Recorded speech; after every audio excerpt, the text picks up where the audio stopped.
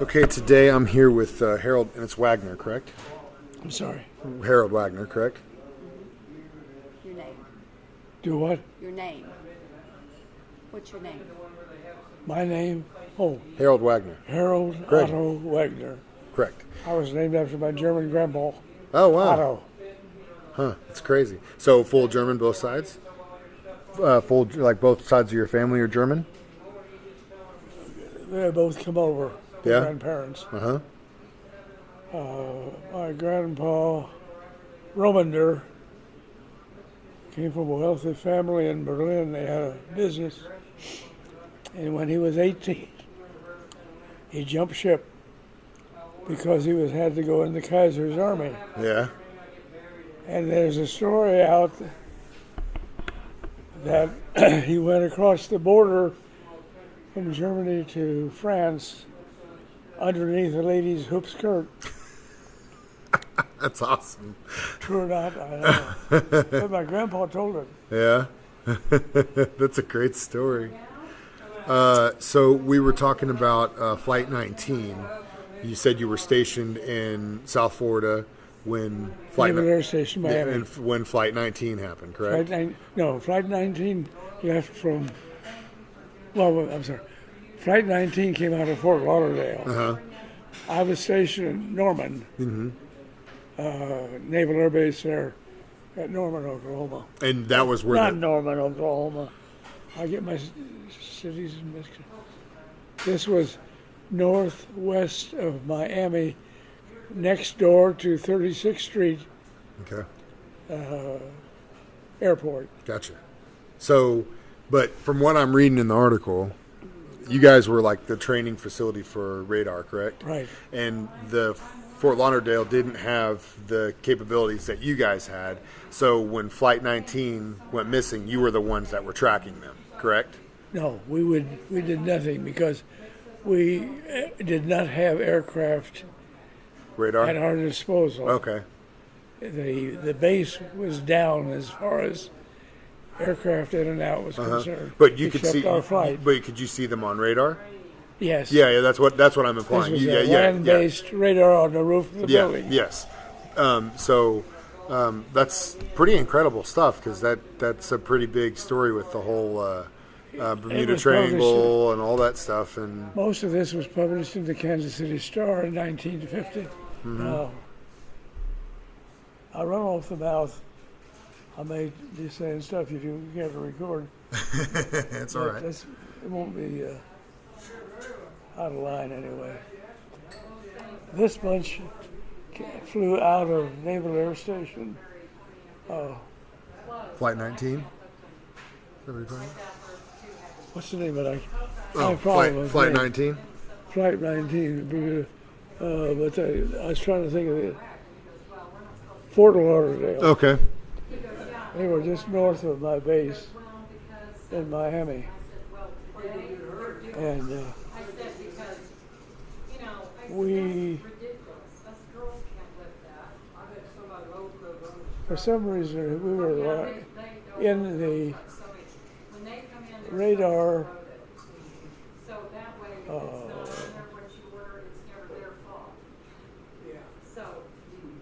we had kind of a shop where they built radar and repaired it, and I didn't know anything about electronics. And we were in there just fireballing one afternoon when That flight this took a. call came in Uh huh.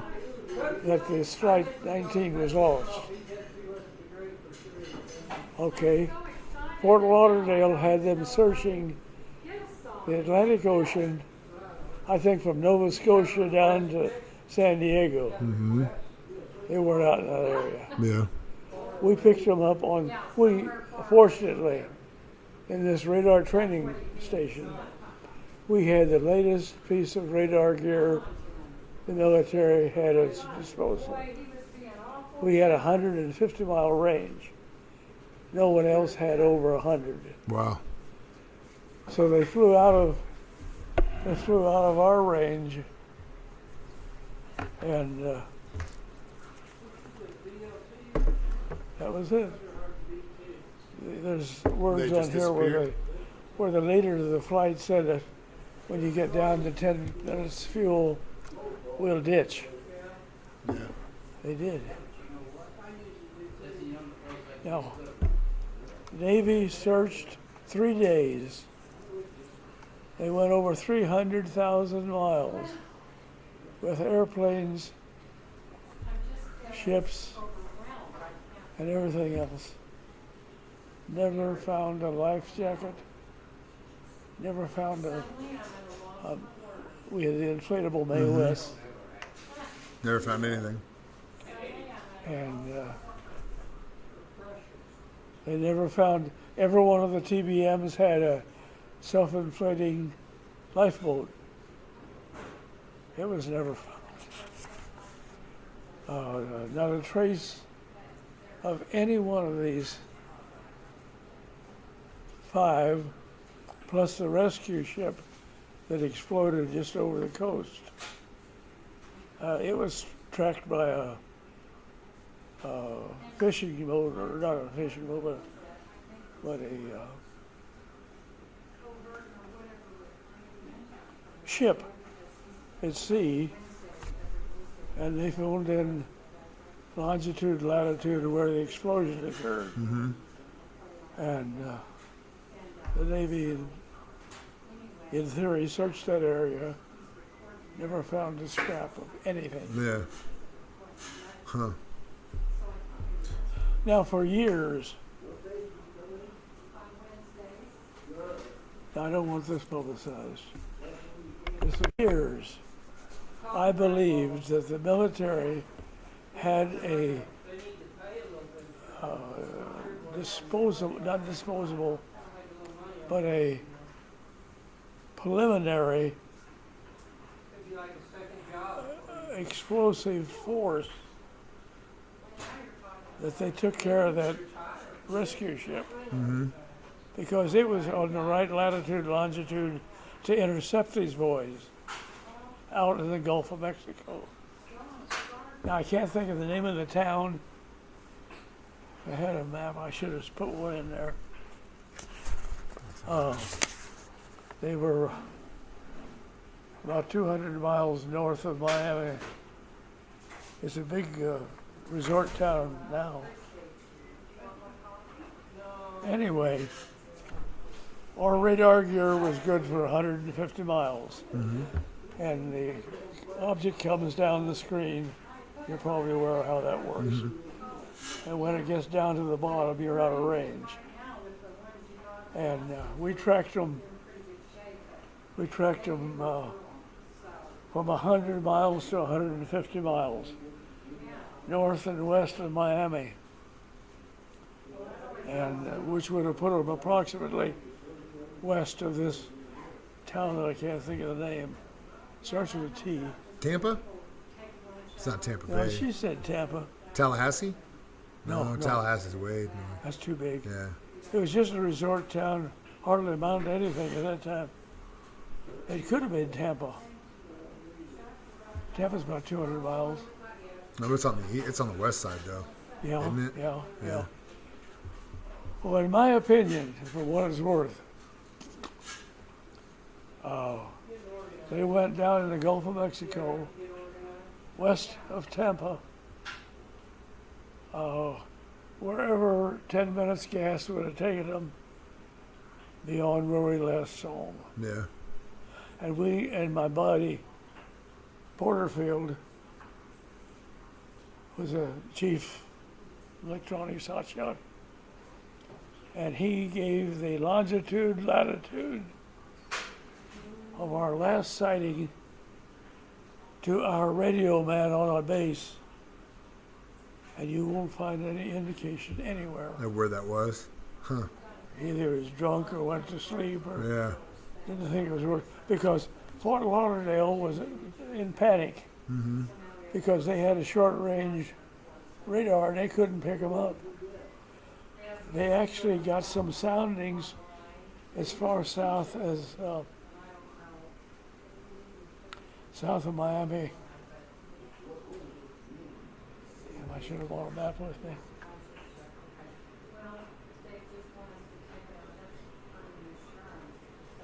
What's the resort town? I'm trying to think. It Naples? was It's not Naples.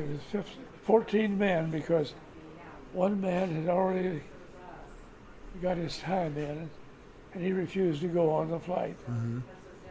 So there's 14 men.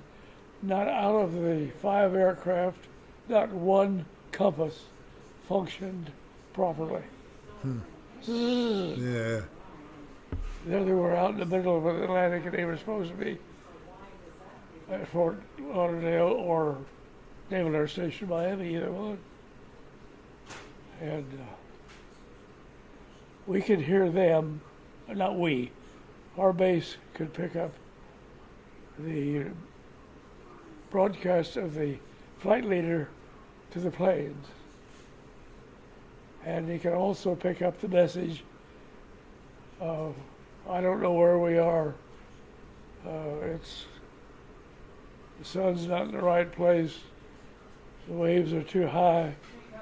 All this stuff he could pick up. And it was relayed, maybe, to Fort Lauderdale. Huh. But anyway, they never paid any attention. Wow. It's crazy. So this gives an explicit detail of what went on. You might want to just glance through it and ask questions or something. Yeah, I'd like to. My time is your time. I appreciate it. You guys? And telling them basically what's here. And they came back with a very nice letter saying, we appreciate your interest, but we consider the case closed. They weren't interested in looking west of whatever you said in that. Tampa? Tampa. Yeah. I'm looking at this map. There's a map in here. But I consider the fact that when you lose 17 men in an aircraft, a 4-engine aircraft, plus 5 others, and 13 men, no, 5 times 3, 15. Okay, 14 men. 14 men in the TBMs and 17 in the explosion. But I kept my copy moving here to the yon and finally got away. So But this is just for the cow eat the cabbage. did you where did you go after your training in South Florida? I was discharged out of Jacksonville. Uh-huh. I think it was February of 46. I think my discharge is in there someplace. Okay. I was discharged. My entire rating during all of this was aviation machinist mate 3rd class. They never give up. But they kept teaching me, and I kept... In my class, there was a lot of overseas people coming back for a refresher on this new gear. I had one old boy there that I'm sure he was the grandfather of World War I, Yeah. but he was a sharp old duffer. Yeah. And we took 5 at a time out to show them what they had chased. And this isn't for publication either, just for fun. So what else did you do while you were in the military? You said you radar pilot. Well, everything was school. I left the basic training at Norman? yeah, Norman? I can't think of the name of nothing. I've forgotten so much. Anyway, the basic training station, I went straight to Miami, Florida. I didn't want to Norman, Oklahoma, Uh-huh. to base there, where I took engine training for 21 weeks. I graduated there. They flew me to Miami, and they didn't have any engines for me to work on. They didn't have any airplanes. So I went into radar training, and eventually, I was a top turret gunner on a TVM, Okay. officially. Uh-huh. Eventually, my flight went out, but my pilot left his hand in a car door where he shouldn't have. So I had no pilot, therefore no airplane. Therefore, I was at loose on the base for about 10 days. Yeah. And I figured, Wagner, you're going to get caught goofing off. There's 85 waves on that base, and there was only about 25 enlisted personnel. So we didn't have any problem with friendly connections. And they shared expenses because they made the same money we did. Yeah. Anyway, outside of that,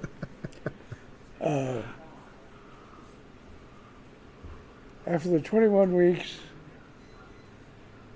I took blinker as well as radar at Norman. Finally, he shipped me to Miami.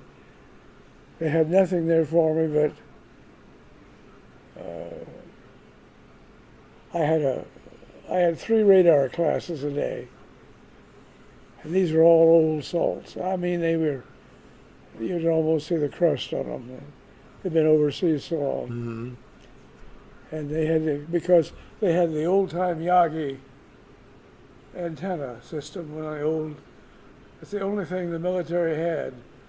You move these arms until you got a bright spot on the scope, and then you knew he was on target, and you'd follow that course with Yagi. Now with this parabolic reflector on the new ASH gear that we had, it swept 160 degrees, I think it was, and 75 up and down. So you just sat there and watched the screen on it. All these old salts had to learn this new system. And I asked my glorious leader one day what I was supposed to do if they started looking at each other's paper. He says, well, you tell them that Captain Smits told you there would be no cheating in this class, and he says, you will not have any problem. And I didn't. They I all was so listen to him. That's awesome. That's really cool. Colonel Smith. He was a wonderful man, though. Are you blown away as far as how far technology's come? Are you kind of surprised as how far technology's come when you think I'm about dumbfounded. I mean, what you were trained on during World War II, Yeah. radar-wise, and now where we're at here at 2017. They now, I don't know whether you're aware of this or not, but it came out in a Popular Science magazine a month or so ago. One of the latest warplanes that we have, I think it's called a C-35. Anyway, the pilot is completely encased. He can't even see the earth. He can't see out of the airplane. He can't see nothing except the scope in front of him. Yeah. But he is capable of firing his rockets at 100-mile range, and the rocket will catch up with the object. No more needs to be said. Yeah. That's incredible. And he won't see a thing. Yeah. It's all VR stuff. You'll never know what it hit except to get a report back. Ooh, it went boom. We got him. Or the radar track it. I'm sure it's being recorded too. Quiver my boots sometimes. Yeah. It's a potential killing that knothead is coming up for president. If you forgive me if you're Republican. Yeah. Coming through, yeah. And I don't think that Truman is. I don't think he's got brains enough to come in out of the rain. Yeah. That's my opinion. I'm sorry. Yeah, that's all right. It's your opinion for sure. And you have been one that lived through a part of our history that is proven to be pretty. For a while, I wondered about him. So I started listening to his broadcasts. And this morning he'd say one thing. This afternoon he'd say something else. And the next morning he'd repeat what he said the following morning when it was in the same category. The world. That is our leader. Yeah, as of Saturday. Well, back to something else. I guess. Yeah. So what'd you do after? How long were you in the military for? What I did after service? No. When did you? When were you discharged from the I military? discharged out of Jacksonville, Florida. Mm-hmm. I think it was February of 46. 46. And what'd you do after the military? Well, I looked for a job, and that's a mess too.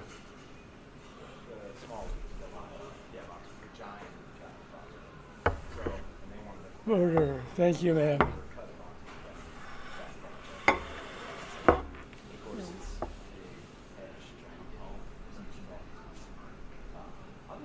That's been several years ago. Mm-hmm.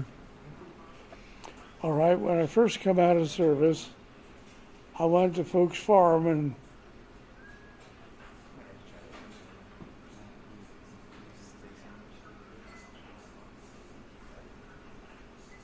Overland, Kansas. Okay. And I hated farming. And I grew up on the farm. Isn't it crazy how and different? I swore I'd never get my hands dirty when I left the farm. Yeah. So I looked for another job. You went back, going back, yeah. I went to work for the county, driving a dump truck, was hauling rock for gravel roads. I did that for about 6 months. And then I had gone to school before going, this goes way back, 1938. I went to sheet metal school on the airport there at Kansas City downtown airport. Bernal Hilliard was the name of the outfit. They're still there. Anyway, they taught all of us sheet metal. I was supposed to go to work for Convair. They had a job, they said. So I hitchhiked out to California. Wound up in just outside of Los Angeles, one of the big gambling towns. Anyway, I wound up there afoot, no transportation. And this gentleman that run I went to work in a wrecking yard. Okay. Tearing down burning bodies and sheet metal. So he told me one day, he said, if anything looks good to you, Harold, just pull it out of the line and take parts off of other cars and build it up if you can. I said, it sounds awful good to me. So over a period of several months, waited for the conveyor to open up. I built a 2-door Chevrolet. I don't remember the year of it, but anyway, it had a Cadillac radio. It had Oldsmobile wheels. It had a Buick. What in the world was the Buick? Spotlight, I think. I stole off the Buick. And pretty soon I got a call from home and said that Convair was hiring. Get down there. Well, the morning I got there, there was a line from here to wherever we turned off the highway. And I thought, brother. pretty soon the hiring agent came out. Anybody here from Kansas City for Dow Hilliard? Yeah. Come on. I So they went ahead of knew. 150, 200 men, every one of them cussing me, I think. Yeah, I went to work for them. I worked for them. that's great. I worked for about, World War, December the 7th made up my mind for me. December the 7th. Is that Pearl Harbor? Okay. I came back to Kansas City and went to work for, no, I went to Boeing, Wichita. I quit Convair because they wanted me to go to Dallas to work on the B-36. And I didn't like Texas. So I went to Boeing, Wichita. And then when North American opened up in Kansas City, I went to North American. And so that's where I got in trouble with the boss and took voluntary induction. Yeah, It was a real rigmarole. yeah.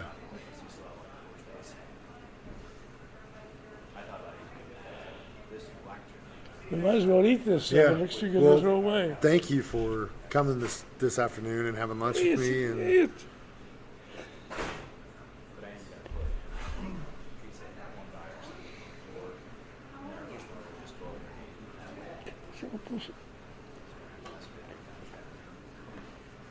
Yes, sir. And very, very few people are even interested. So I treasure this opportunity. well, thank you for coming. It means the world to me, and getting to meet with you and have lunch with you is a great honor. So thank you, and thank you for your service. Thank you.